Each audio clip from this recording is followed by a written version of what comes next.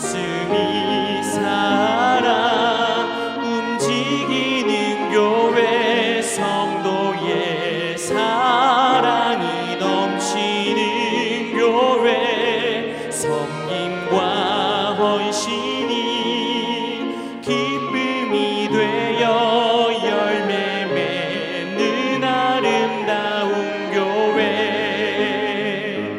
주님의 마음 닮아서 이웃을 사랑하는 교회 주님의 영광을 위해서 빛 되신 주님 전하는 교회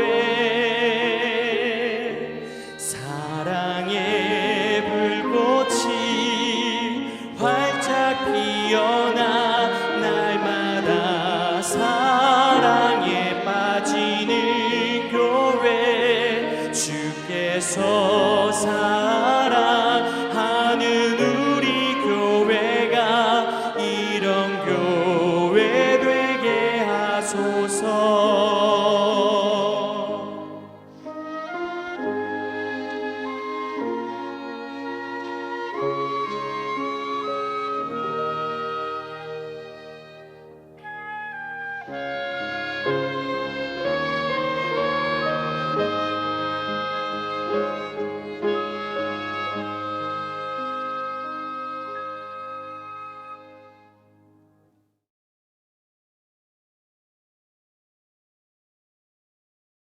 사랑하고 축복합니다.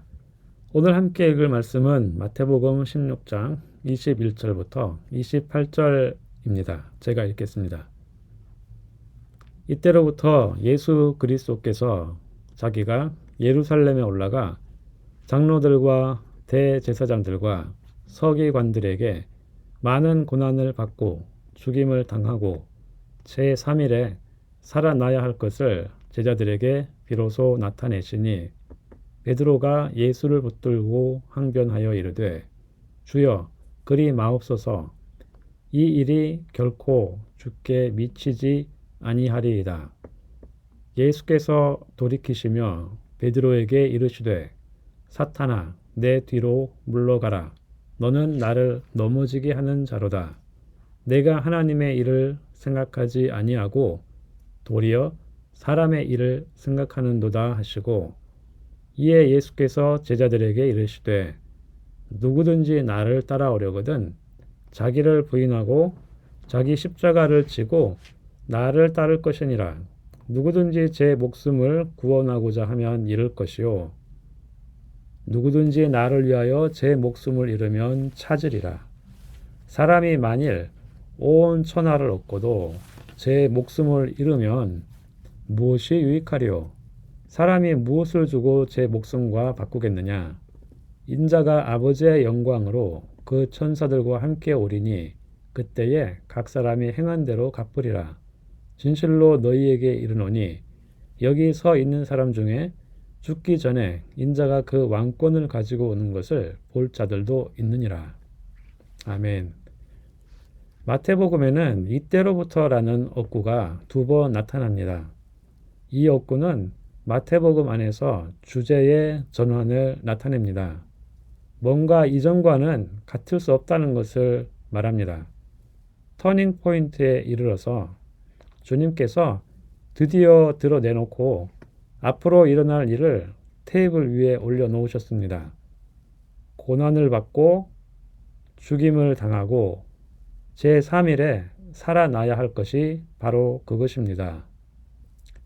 베드로는 직전의 단락에서 예수님에 대한 고백을 이렇게 하였습니다.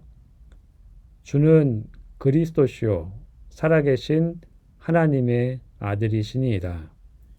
베드로의 입장에서 보면 이 고백은 마태복음 16장까지 예수님의 이해를 바탕으로 합니다. 즉 하나님 나라의 소식과 더불어 치유를 행하시고 기적을 베푸심으로 하나님 나라를 친히 증거하신 예수님을 말합니다. 이것은 매우 자연스럽고 당연한 논리적 귀결입니다. 그동안 자신이 눈으로 보고 가슴으로 느낀 예수님에 대한 진솔한 고백입니다. 그런데 예수님은 베드로가 한 고백의 의미가 아직 충분하지 않다는 것을 아셨습니다. 그래서 그 나머지 의미에 대해서 드러내놓고 말씀하신 것입니다. 베드로의 반응을 보면 즉각적이고 직선적입니다. 베드로가 예수를 붙들고 항변하여 이르되 주여 그리 마옵소서 이 일이 결코 주께 미치지 아니하리이다. 베드로는 붙들고 항변하였습니다. 붙들었다는 것은 어디로 이끌고 간다는 것을 뜻합니다.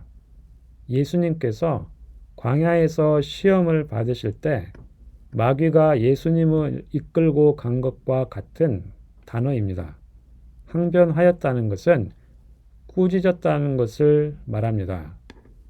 베드로가 예수님께 피력하고자 했던 내용의 핵심은 예수님께서 하나님의 아들이 아니라고 거부하려는 것이 아니라 하나님의 아들로서 고난과 죽음 없는 영광으로 가시라는 것이었습니다. 이것은 사실 광야에서 마귀가 제안한 것과 동일한 내용의 반복입니다. 예수님은 이 베드로를 보고 걸림돌이라고 책망하셨습니다. 직전에는 반석이라고 칭찬을 받은 베드로가 즉시로 걸림돌이 된 것입니다. 그러고 보면 반석이냐 걸림돌이냐는 예수님을 통해서 이루어지는 하나님의 일에 대한 이해를 기준으로 갈린다고 말씀은 말하고 있습니다. 그런데 여기서 하나님의 일은 예수님의 고난과 죽음과 부활을 받아들이고 그 길을 따르는 것을 뜻합니다. 예수님은 베드로에게 제자도란 무엇인가 새로운 정의를 말씀하십니다. 누구든지 나를 따라오려거든 자기를 부인하고 자기 십자가를 지고 나를 따를 것이니라. 여기서 누구든지라고 특정 인물을 지칭하지 않은 것은 하나님 앞에서 모두 평등한 조건을 가졌다는 것을 말합니다. 그가 사도이건 반석이라고 칭찬을 들었건 문제되지 않습니다. 이 조건 앞에는 단지 누구든지일 뿐입니다. 요즘의 언어로 바꿔 말하면 블라인드 테스트를 하시겠다는 것을 말합니다. 지금 우리는 십자가의 의미에 대해서 이해를 하고 있어서 이것이 반드시 육체의 죽음을 의미하지는 않는다고 알고 있습니다. 그런데 베드로와 제자들의 입장에서 보면 그것은 로마 제국 안에서 가장 잔인하게 사형을 집행하는 방법이었음을 생각해야 합니다. 결국 말만의 고백이 아니라 고백이 불러오게 될 실천적인 결과를 각오하는 것, 그것이 가장 비참한 형태의 죽음이라 할지라도 그것을 수용하라는 엄청난 요구인 것입니다.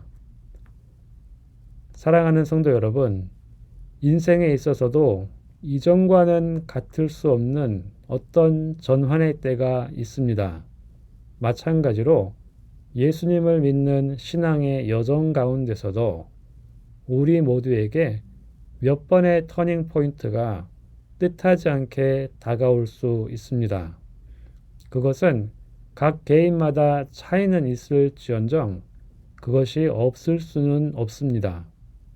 예수님이 요구하시는 제자도를 제대로 이해했다면 이것이 얼마나 우리를 불편하게 하고 차라리 듣지 않았으면 좋았겠다라고 생각하게 할 만큼 충격적인 말씀인 것을 압니다.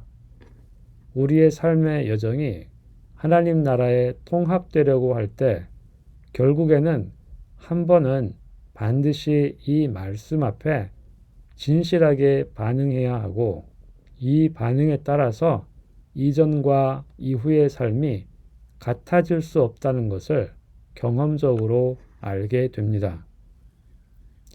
여기까지 제자들의 충격은 충분히 공감됩니다. 베드로가 오히려 점잖게 예수님께 말씀드린 것처럼 보일 정도입니다. 그러나 이것은 약속을 담고 있음을 동시에 보아야 합니다. 그것이 끝이라면 주님을 따를 이유는 하나도 없을 것입니다. 그것이 끝이 아닙니다. 주님이 부활하셔서 왕권을 가지시고 다시 오셔서 온 세상을 그 행위대로 심판하실 날을 정하셨기 때문입니다. 우리에게는 소망이 있습니다.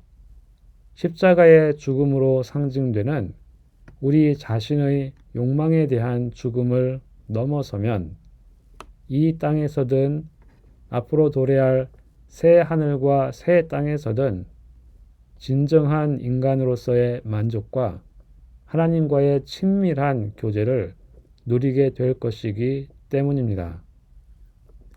24절부터 27절입니다. 이에 예수께서 제자들에게 이르시되 누구든지 나를 따라오려거든 자기를 부인하고 자기 십자가를 지고 나를 따를 것이니라. 누구든지 제 목숨을 구원하고자 하면 잃을 것이요 누구든지 나를 위하여 제 목숨을 잃으면 찾으리라. 사람이 만일 온 천하를 얻고도 제 목숨을 잃으면 무엇이 유익하리요? 사람이 무엇을 주고 제 목숨과 바꾸겠느냐? 인자가 아버지의 영광으로 그 천사들과 함께 오리니 그때에 각 사람이 행한 대로 갚으리라. 아멘. 기도하겠습니다. 하나님 아버지, 저희가 그리스도 안에서 자라나면서 성장통을 겪으며 언젠가는 그 과정 가운데 오늘 말씀의 충격을 받을 때가 있을 것을 압니다. 가슴도 떨리고 몸이 떨릴 듯한 이 말씀을 피하려면 좋으련만 그럴 수 없다는 것을 또한 압니다. 하나님 아버지, 정직하게 이 길을 잘 완주할 수 있도록 오늘 하루도 힘을 주시고 사랑과 능력으로 저희를 감싸 안아주소서. 그 힘을 의지하여 자신을 부정하고 그리스도를 긍정하는 하루 되게 하옵소서. 주 예수님의 이름으로 기도합니다. 아멘. 오늘 도고 기도는 울산 복음화와 분립 개척을 위하여입니다. 먼저 울산 복음화를 위하여 분립 개척을 위하여 기도하겠습니다. 울산의 복음화율이 현저하게 낮습니다. 이웃들이 그리스도를 듣고 하나님 나라의 공동체에 들어올 수 있도록 기도하겠습니다. 이어서 담임 목사님과 교회의 지도자들이 늘 몸과 마음이 강건하도록 연약한 지체들을 위하여 그리고 직장과 학업과 군 복무로 타지에 있는 자녀들의 믿음을 위하여 같이 기도하겠습니다.